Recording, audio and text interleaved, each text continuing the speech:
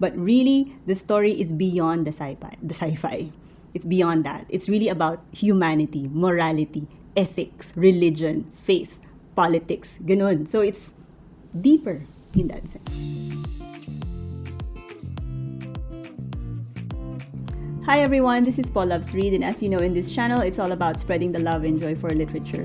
And today I'm going to share with you this international bestseller book and also a winner of the Goncourt Prize Award. It is called The Anomaly by Hervé Tellier, and I believe this was published in 2020. Yeah, 2020. So it's I think this book has, been a bestseller as well for quite a while, quite some time. I read the synopsis, and it's just very curious. It got me curious. The synopsis got me curious, and I wanted to know more. And then I found out that this is, a critically acclaimed bestseller, award-winning book, and it's sci-fi-ish. Okay, it is sci-fi, and it's an interesting storytelling format. It doesn't follow a traditional plot. It's about a plane, a passenger plane that took off from one place, and then a thunderstorm happened, and then they got turbulence, not a spoiler. They got into heavy turbulence, and then they landed in the United States, I think, yeah, in the US. But when they landed, what they found out is that they already landed like 3 days ago. So they are now a copy of themselves. Like I said, it doesn't follow a traditional plot. It doesn't even I wouldn't even say it has a plot to speak of, right? The way I describe the book is that it's a tableau of characters. It's a tableau of people trying to decide and trying to cope with this situation, and that it's really like an answer to, okay, what do we do now, what next? And then that story, that perspective is taken or told from a different angle. So for example, let's start with the US government, or with the governments. From a US government perspective, when the plane landed, the 3 days later plane landed, the US government's response is one angle of the story, right? They needed to figure out, is this terrorists? Is this aliens? Is this time travel? Is this even possible? Obviously, it's possible because it happened, right? Is this a working of some mad scientist? They don't know. That's from the US government. So from the US government, from the government's perspective, we need to contain this. This cannot get out. Nobody has to know, because if people find out, they might panic and we don't know what will happen, right? So that's one angle. And then, of course, there's the perspective and the angle of the passengers themselves. The passenger, let's take one example of one passenger wherein she is a mother, right? Yeah, she is a mother, and she's supposed to meet her husband when she lands. But then when she landed, her husband is already with her, with the person who landed earlier than her. And her husband, of course, thinks that's his wife. But then they are two different people, but they are the same. So that's where the philosophical side of it comes in. Like, let's put aside the sci-fi angle muna, diba? Once you take the story from a personal level, from a human level, from an individual perspective, it becomes more philosophical, at least to me. Because how do you then decide which is the real me? I'm still me, but also the person who landed before me is also her, but I am her. So the husband is like, who is my wife? Are you both my wife? But you are two different people, but also the same. So it's that kind of circular reference, whatever, right? But to me, that was the fascinating part of it. And there are different characters, there are different passengers in the plane that would reveal the story to you as the reader. So you have a mom, you have a doctor, you have a hitman, an assassin type guy, different different characters, and the different characters react differently. One of the most interesting angle for me was the government's reaction.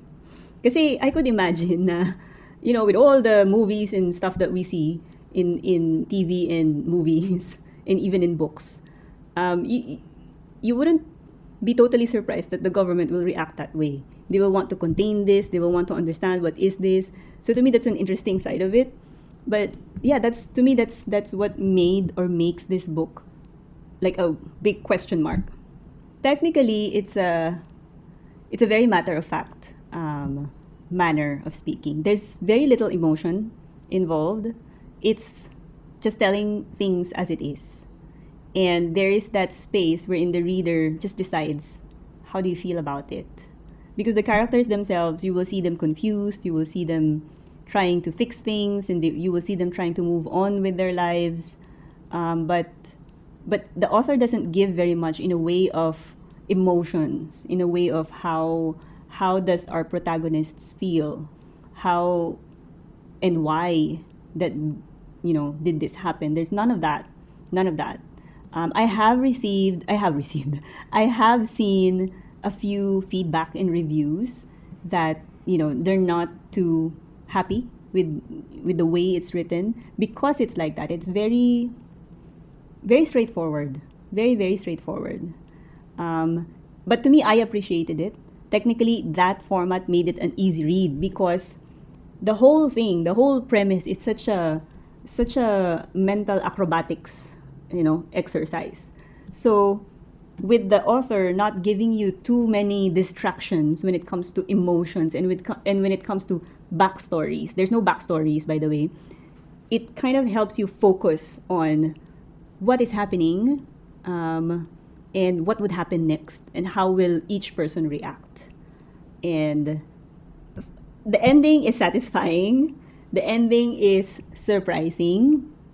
I did not expect the ending, but definitely it's something that would make you think. I love the ending. The ending made me smile, made me laugh almost. Like, it's so ridiculous. But then, yeah, what if?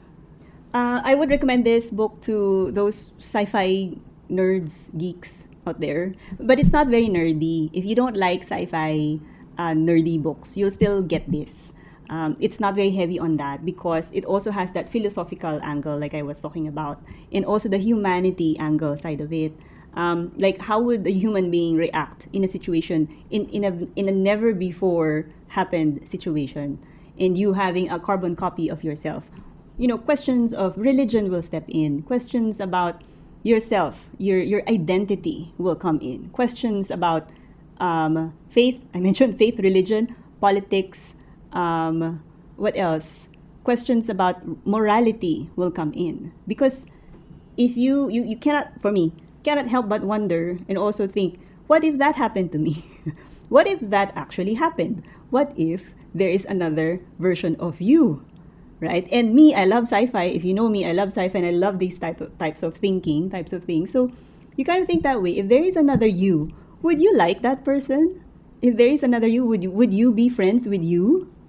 Would you be willing to share your loved ones, your family, with the other version of you, who is essentially also you, but not really?